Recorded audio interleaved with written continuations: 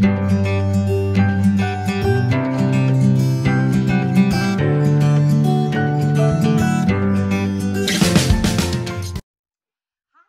thank you for stopping by my channel. I'm so excited because today we are going to be doing the first ever DIY here at Alyssa Jo Home. I'm so excited. It's something that I've been wanting to do for a while, this particular DIY. And I am so ready to share it with you guys. So I love a fireplace. I am all about a cozy home, and I think there's nothing cozier than a fireplace and a mantle, and just it really adds so much warmth to any room it's in. So I love the idea of having a fireplace, and unfortunately the home that we live in does not have a fireplace. So I've been seeing all over on Instagram and Pinterest and here on YouTube these amazing faux fireplaces. And so I've seen so many different tutorials and inspirations on how to make one. So I've been so inspired to make my own version, and I've seen a bunch of different ways on how to do this. I've seen people using old mantles, antique mantles, building their own, and there's so many different options you can really do. And so I decided that for me, I think the best option was to find a mantle that was already together and not build my own. I love antiques and old furniture, and so I thought if I could find an antique mantle or something that looked like an antique, that would be the route to go. So I turned to Facebook Marketplace, and you guys can say hi to my dog. Hi, Peaches. And you'll probably see her in the background. But so I turned to Facebook Marketplace, and I just couldn't find anything that I liked that worked in the dimensions we needed and also was a great price. And so I just was struggling, and so I turned to our local community, and a friend of ours from our church, she introduced me to a woman who sells refurbished furniture and also has some antiques she does different things with.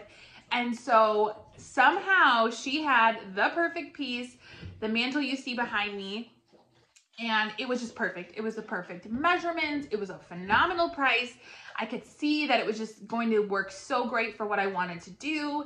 And she only lived 10 minutes down the road, which was like an even more so of an added bonus. So got the mantle. Then it was time to decide what were we gonna do with that big area in the center. I've seen people do the wood slices, faux brick, all these different options. Did I want to do a combination of the two? And so once I figured that out, we went ahead and got started. So today you're gonna see a step-by-step process of how this beautiful mantle and faux fireplace you see behind me came to be, and I'm so excited to share it with you. This is definitely a renter-friendly project. It's something that can be easily taken down and move with us. Super excited that it's something that we can take with us in the future. So yeah, I'm so excited. I hope you're ready to check this out and see this faux fireplace DIY. Okay, so the first thing I did with the mantle is clean it with TSP. So I mixed the solution in with some water and I wiped down the whole mantle. Not only does it clean it, but it also preps it, and I don't need to sand it when I clean with the TSP. Then as soon as that kind of dried, I started painting. So I'm using chalk paint. I personally chose the Rust-Oleum chalk paint in, I believe it's linen white. I got this off Amazon. There are tons of different chalk paint brands out there, and I just happen to like this one. I had it on hand already from a project I did earlier in the year, or excuse me, I guess last year. And I really like it. I like the finish. I like the color of it, and it works really well. So just went ahead and painted.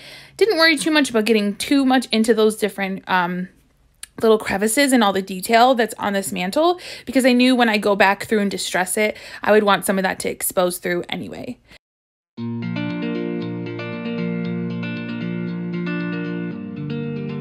Okay, in just a second, I'm going to show you a tip for saving your paintbrush from having to rinse it off. You just fold it in aluminum foil.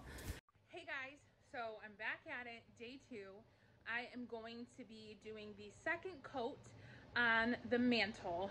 I like to give it 24 hours to dry. So I'm excited to do the second coat. It's gonna look very similar to what I did yesterday, but the first coat has dried beautifully. I'm gonna give you a little peek at that. Here's a peek at the first coat. So I love, like, obviously I'm gonna distress this, and I obviously haven't done that yet, but it already has that like distressed look. And as much as I love how it is looking right now after one coat, I just think another coat's gonna just give it a little more polished look, and then I can go back in and distress some of those things. But you know, some of the brush strokes I want to kind of clean up a little bit. Okay, so here I'm just putting on the second coat like I just talked about, and it's just going to give it a nice finishing coat to it. It goes on really smooth. I love how great this paint works. It's really a great paint, and it's very cost effective. And then once it dries, I'll go back through and distress it.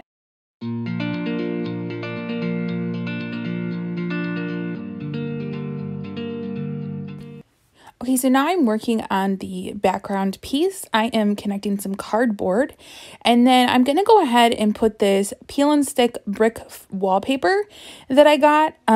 You could use wood, you could use whatever. We had cardboard laying around and it worked for us. So, you know, I just measured it out, matched it up the best I could, and put it on. You can see I had a little visitor come join me as I was working. And I'm really happy with how it turned out. I wasn't sure how it would go with the cardboard, but it worked out great.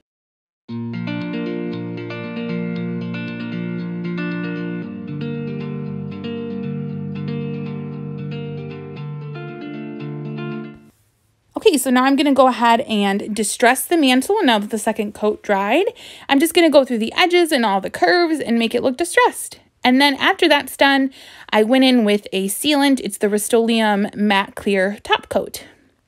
Now I enrolled the help of my husband as we look at connecting this back piece onto the mantle. So he cut it down to size to make sure everything fit properly, which was super easy. Just used a box cutter, and then we went ahead and attached it. So as you'll see in a minute, he put in a couple nails to hold it in place, and then he went through and put this really like intensive like adhesive glue we have. You could use liquid nails or anything like that, and that is how we attached it to the mantle. Now we're going to go ahead and install. What you don't see is there's a 2x4 my husband attached to the wall, and that's what he is drilling the mantle into. We got this idea from Amy Fritz, which you should definitely check out her channel. And now he's helping me hang a clock, and here we are. It turned out so good, and I hope you enjoyed this DIY faux fireplace tutorial.